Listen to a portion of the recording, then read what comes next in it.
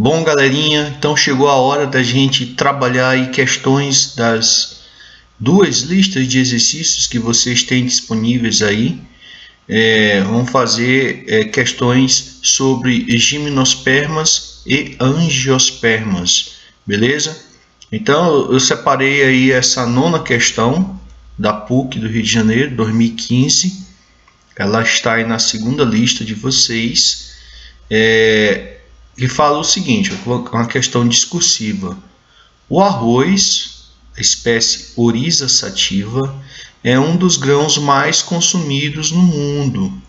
Seu valor nutricional está relacionado ao albume, o endosperma, que é a reserva de nutrientes para o embrião da semente. Então, nós temos um caso de grão, tá bom?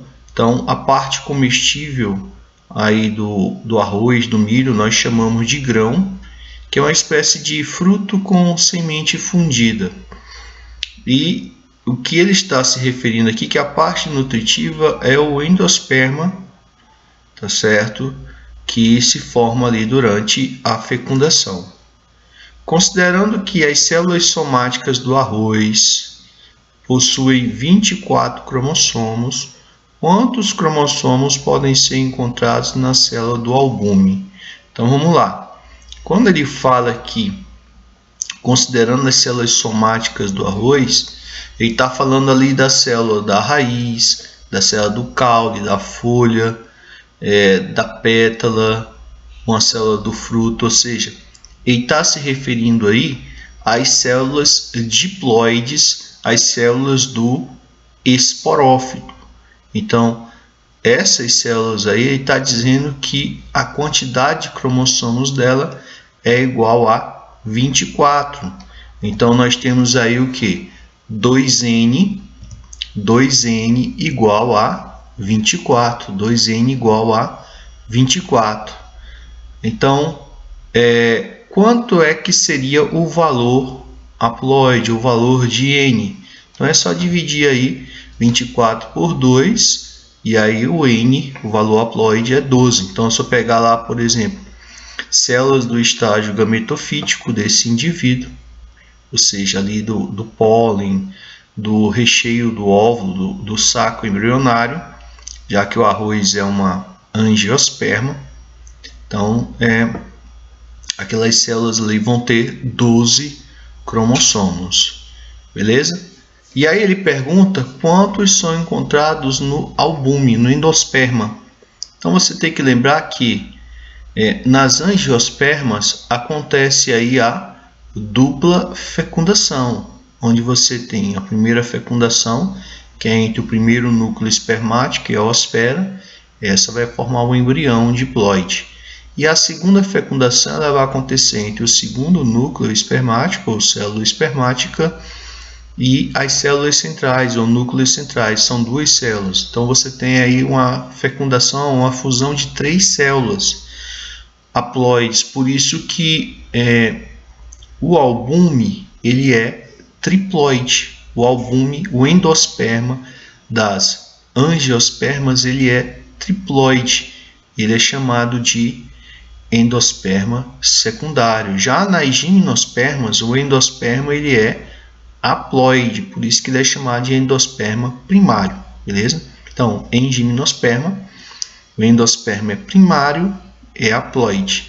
Já em angiosperma, o endosperma é chamado de secundário, porque ele vem da segunda fecundação, e ele é triploide. Então, quanto seria esse valor 3N aí? Quantos cromossomos tem no albume? Então, é só você multiplicar aí 3 vezes N.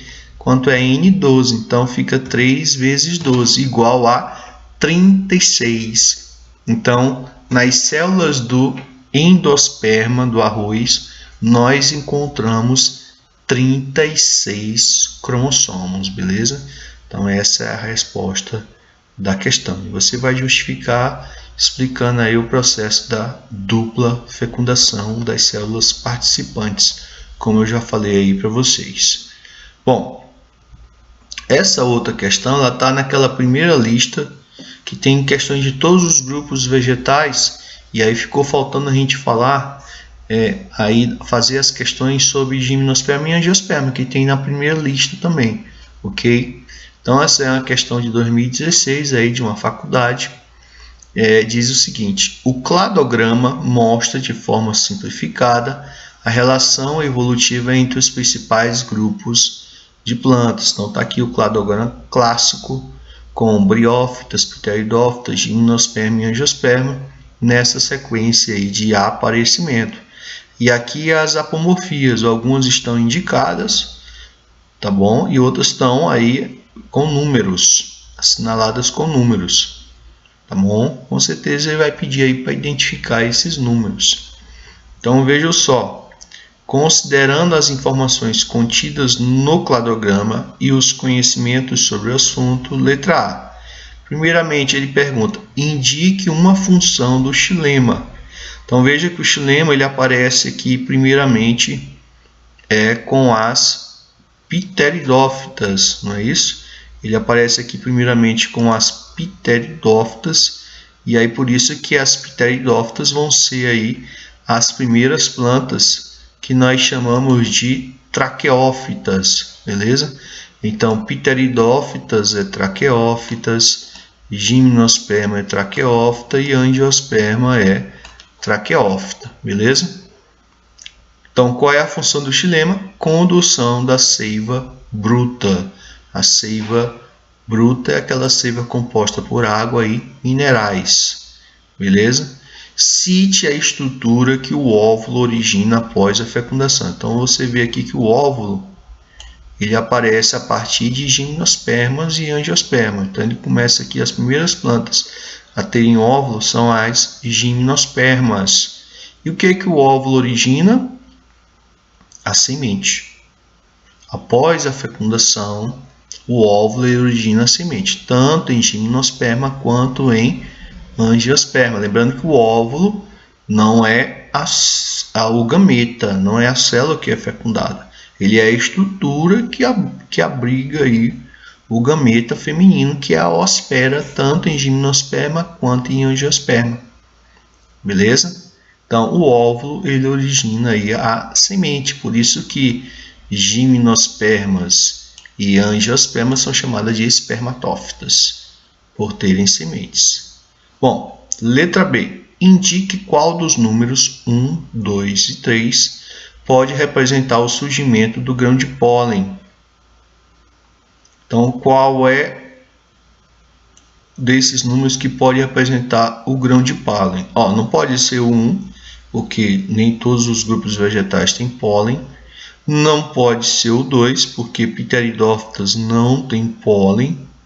Só pode ser o 3. O 3 seria aqui o do grão de pólen, inaugurando aí as plantas chamadas de sifonógamas, que o pólen ele produz aí o tubo polínico. Qual foi a vantagem do tubo polínico? A vantagem foi fazer com que gimnosperma e angiosperma não dependesse mais da água para a fecundação, como briófitas e pteridófitas dependem, beleza? Isso fez com que gimnosperma e angiospermas conquistassem o ambiente terrestre de forma definitiva, beleza? Bom, o que eu poderia colocar aqui nessa característica 1? Eu poderia colocar embrião, porque todas elas são embriófitas. Poderia botar embrião nutrido por tecido materno. Eu poderia colocar aqui tecidos, beleza? Então, uma série de características aqui eu poderia colocar em 1. Normalmente aparece aqui embrião. O que eu poderia colocar aqui em 2? O que pteridófitas tem em relação às briófitas de vantagem? Os vasos condutores de seiva, tá certo? Então, se aqui está xilema, esse 2 aqui poderia ser o que? O floema, beleza? Além das pteridófitas também apresentarem como vantagem a fase esporofítica ser dominante, e as briófitas a fase gametofítica é a dominante. Então, pteridófitas, gimnosperma e angiosperma, a fase dominante no ciclo é a esporofítica. Certo, pessoal? Então, vamos passar aí para a próxima questão. Questão 28 aí, também da primeira lista de vocês. Questão aí de 2017, questão bem nova. Traz aí um gráfico, tá certo? O gráfico ilustra a variação numérica dos gêneros de algumas plantas que sofreram uma possível influência do aquecimento global durante a era mesozoica, tá bom? Então ele pega um intervalo de 160 milhões de anos atrás a 60 milhões de anos atrás. Lembra que eu falei que nessa era aqui onde os dinossauros dominavam as paisagens e tinham a predominância de gimnospermas e pteridófitas, tá? Você tem aqui o número de gêneros que existiam na época aí dessas espécies, tá bom? Bom, e aí você percebe o seguinte, que com o declínio dessas espécies, com a questão aí do aquecimento global que ocorreu nesse período, você vê aí que as espécies de plantas com flores passaram a dominar a paisagem aí chegando aqui a 250, né, nesse período de 60 milhões de anos, 250 o número de gêneros, tá certo? Então, que plantas são essas aqui? Que plantas são essas plantas aqui com flores que está falando aqui nessa questão? Que plantas com flores são essas daqui? São as angiospermas, beleza? Então, o que ele vai perguntar aqui? Letra A. Cite o clima ideal para a sobrevivência das cicadáceas e gimnospermas. Bom, aqui ele está colocando de forma separada, mas cicadáceas são gimnospermas, pertencem ao grupo das gimnospermas, tá bom? Que ele fala em cicadáceas, samambaias, a samambaia já é pteridófitas, beleza? E aqui fala em gimnospermas. Então, as gimnospermas, o que elas gostam mais? Isso fica bem nítido na maneira com que essas plantas estão distribuídas no globo terrestre. Essas plantas eles gostam de tempo frio, de clima frio ou temperado, clima frio ou temperado. Por isso que elas são muito encontradas lá nas florestas americanas, a floresta das coníferas, no Canadá, Estados Unidos, na Europa, você encontra também no sul do hemisfério sul uma predominância desse grupo. Então elas são bem adaptadas ao ambiente frio ou temperado, beleza? Tendo até uma certa vantagem perante as outras, que elas conseguem manter suas folhas perenes. Elas não derrubam as folhas, elas não apresentam a caducifolia, que é a queda das folhas no período do inverno, da chegada do inverno, como acontece com os outros representantes das florestas temperadas. Isso traz vantagem adaptativa para essas plantas que conseguem continuar fazendo fotossíntese durante aquele período de inverno. Bom, por que o aquecimento global, é a outra pergunta, poderia ter prejudicado a reprodução das samambaias no período analisado no gráfico? Por que o aquecimento global foi prejudicial para essas plantas aqui? Primeiro, porque o aquecimento, essas plantas cicadáceas e gimnospermas, é a questão do frio. Elas são adaptadas ao frio, como aqueceu, elas diminuíram, muitas espécies foram extintas. Mas a pergunta é sobre as samambaias. Então vocês sabem que as samambaias elas são de ambientes úmidos e sombreados. Então, com a questão do aquecimento global, com a elevação da temperatura média do planeta, muitos dos ambientes que eram úmidos e sombreados passaram a ser ambientes secos e ensolarados. Por isso que isso foi prejudicial para as samambaias, que dependem da água para a fecundação, dependem da sombra para a sobrevivência, porque elas não conseguem se proteger contra a radiação solar direta, beleza? B. Qual o nome do grupo de plantas dotadas de flores? Essas daqui que eu falei são as angiospermas. Por que a formação das flores permitiu um grande sucesso evolutivo para esse grupo de plantas? Olha, A flor, primeiramente, ela é muito mais atrativa do que o estróbilo, então as flores proporcionaram às angiospermas aumentar o leque de opções de agentes polinizadores, usando aí, por exemplo, os animais para dispersar seu pólen. Isso favoreceu a fecundação cruzada entre esses indivíduos, a reprodução sexuada, e além disso a flor, ela, a partir do ovário dela se desenvolve o fruto. Então a flor originou o fruto, que também é um agente dispersante, só que nesse caso do embrião, tá? Que vai ali dentro da semente. Bom, passando aí para a próxima questão, traz aí a estrutura de uma flor, de uma angiosperma, beleza? E aqui tem várias partes aqui que estão sendo identificadas. Ó, por exemplo, aqui o filete e a antera, isso aqui compõe o chamado, né, o androceu, o estame, que é a parte masculina da flor. Aqui o estigma e o ovário, o óvulo, pertence à parte feminina, tá certo? Que nós chamamos de pistilo, beleza? Ou gineceu. Aqui nós temos as sépalas e aqui as pétalas, que são coloridas. As pétalas e as sépalas protegem aí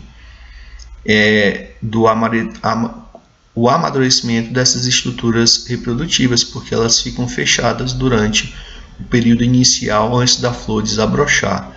O receptáculo floral, que recebe todas essas estruturas florais, e o pedúnculo floral, que une a flor ao caule. Bom, e aí ele pede o seguinte, para você aí analisar item por item. Então o primeiro item diz o seguinte: o esquema representa uma flor hermafrodita ou uma flor monóica. Lógico. Ó, se ela tem estames e tem o pistilo, ela pode se autofecundar. Então, é uma flor hermafrodita. Então, você vai marcar aí o quê? Verdadeiro. 2. O receptáculo floral, essa estrutura aqui, ó, onde nascem as sépalas, o estame e o pistilo. O receptáculo floral, em algumas espécies, pode se desenvolver e originar frutos. Ele pode se desenvolver, só que quando ele se desenvolve, ele vai originar pseudofrutos, beleza? Então esse item está falso. Ele vai originar pseudofrutos. Já falei para vocês, para a botânica só é fruto verdadeiro se vier do inchaço dessa região aqui, do ovário, beleza? Aí é o fruto verdadeiro. Se vier de qualquer outra parte aqui que inchar, que hipertrofiar, aí é pseudofruto. Por exemplo, na maçã, na pera, a parte que incha é o receptáculo floral. Por isso que a maçã e a pera são pseudofrutos. Tá bom? Se vier do pedúnculo floral, que é o caso do caju, também vai ser um pseudofruto. Tá bom? Lembrando a regrinha. O óvulo origina a semente e o ovário origina o fruto. Se a estrutura vier de outra parte aqui, o fruto, aí é pseudofruto. 3. A flor esquematizada é típica das gimnospermas. As gimnospermas, elas não têm flores, elas têm o estróbilo. Pessoal, mas eu li que o estróbilo é chamado de flor. É um termo que entrou em desuso, não é mais para usar o termo flor para gimnosperma. O termo certo é estróbilo. O estróbilo é bem diferente de uma flor, mas você pode ainda encontrar esse termo chamando o estróbilo da flor da gimnosperma, só que esse termo é desatualizado, tá bom? Ou então chamando o estróbilo de inflorescência, até que inflorescência passa. Agora flor é típica das angiospermas, então está falso. 4.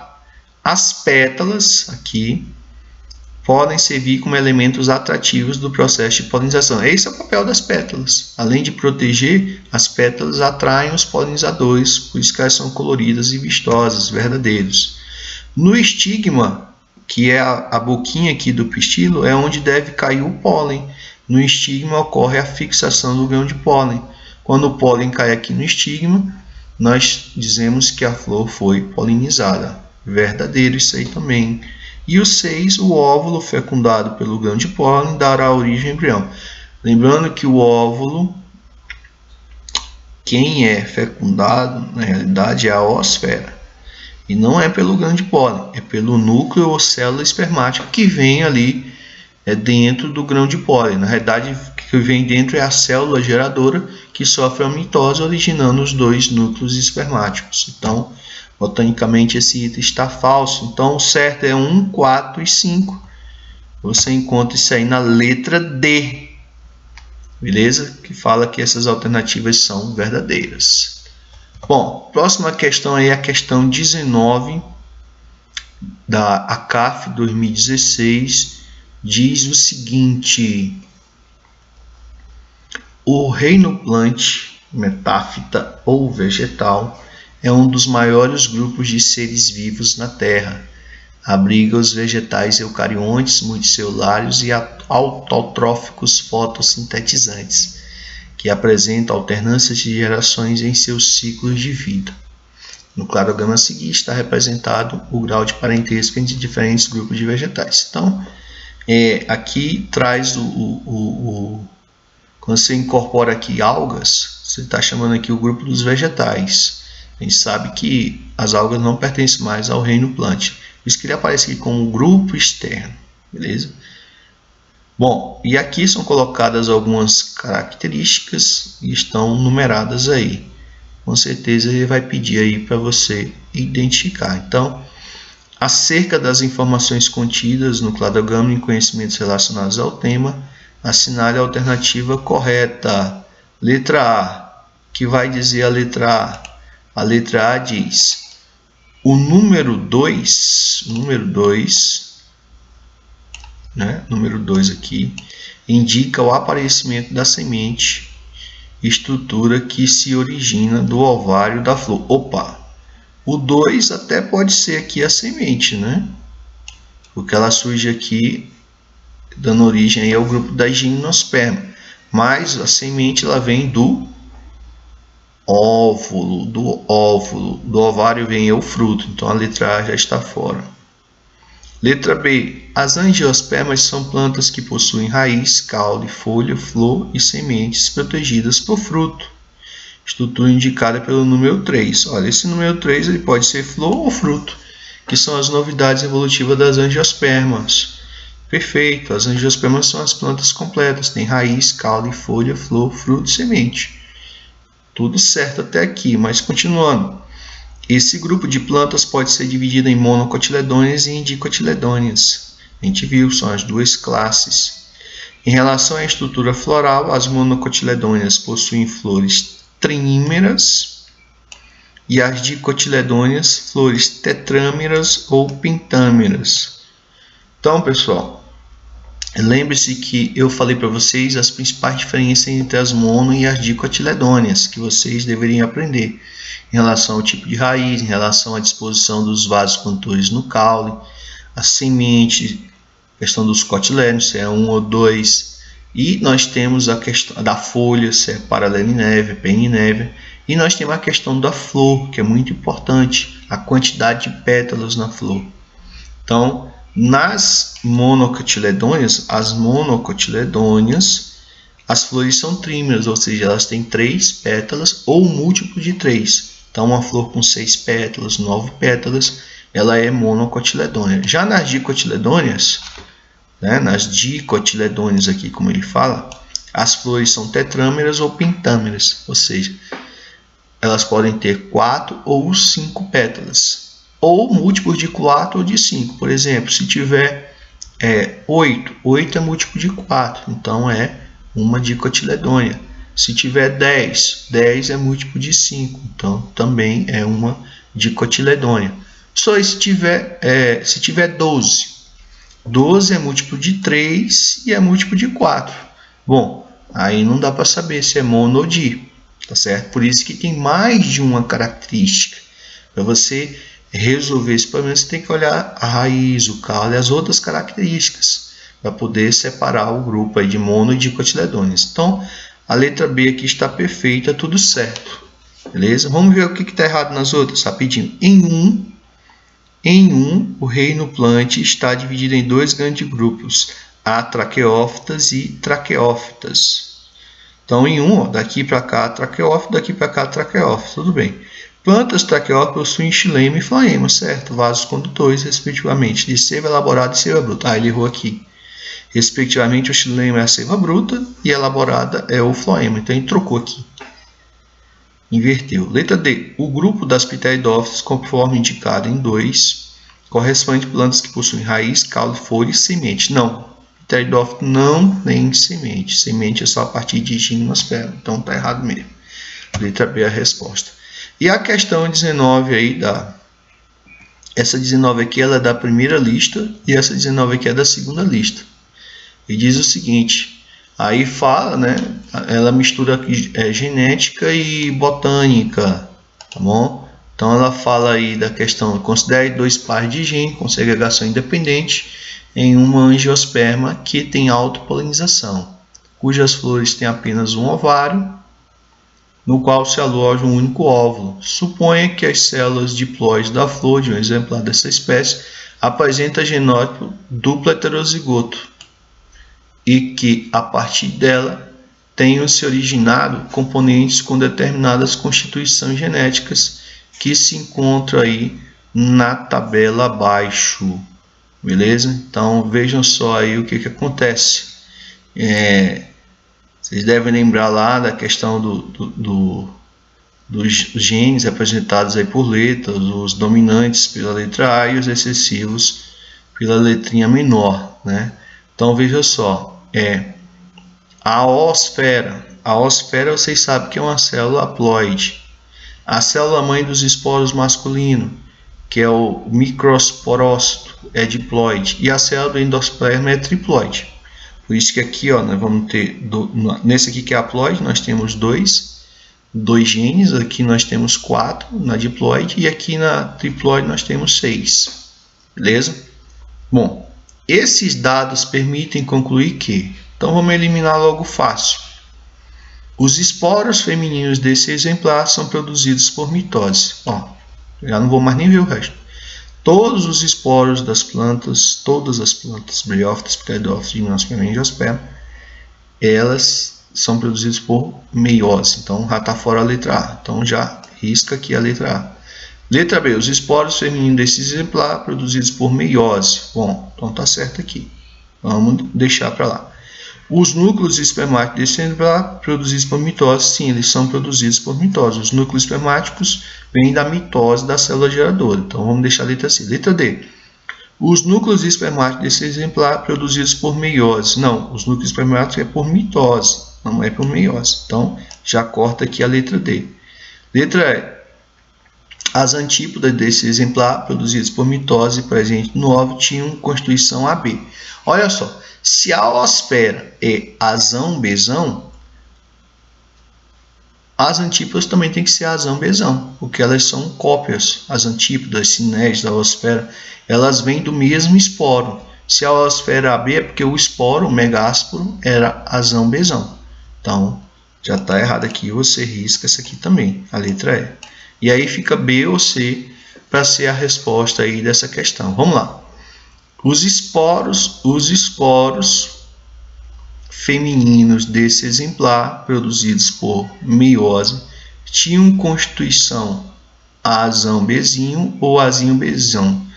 Os esporos, os megásporos, se a oosfera, foi o que eu falei para vocês, se a oosfera é azão-bezão, e ela vem da mitose do micrósporo, que a meiose ela é antes da formação do esporo, então os esporos femininos desse exemplar tinham constituição o quê? Azão-bezão. Beleza? Então, você corta isso aqui também, e aí sobrou a letra C. Os núcleos espermáticos desse exemplar, produzidos por mitose, presentes no tubo clorínico, tinham constituição azinho-bezinho. Olha só, você mata por aqui, células do endosperma. As células do endosperma vêm da fusão de duas células centrais e um núcleo espermático. Então, as duas células centrais, elas são azão-bezão. Então, esses dois azão aqui, esses dois bezão, é das duas células centrais, porque cada uma tem um azão e um bezão. Então, esse azinho aqui e esse bezinho aqui, eles vieram do núcleo espermático, porque o endosperma é triploide, ele vem de duas células femininas fundindo aí com a célula masculina. Então, com certeza, o núcleo espermático aí, e consequentemente a célula do tubo polínico, que é cópia dele, porque vem lá do mesmo micrósporo, tá? Azinho, um Bzinho. Então a resposta aí é a letra C mesmo, satisfaz aí nossa questão. Então, pessoal, essas foram algumas questões que eu selecionei para vocês, beleza? Então, um grande abraço e até a próxima. Tchau!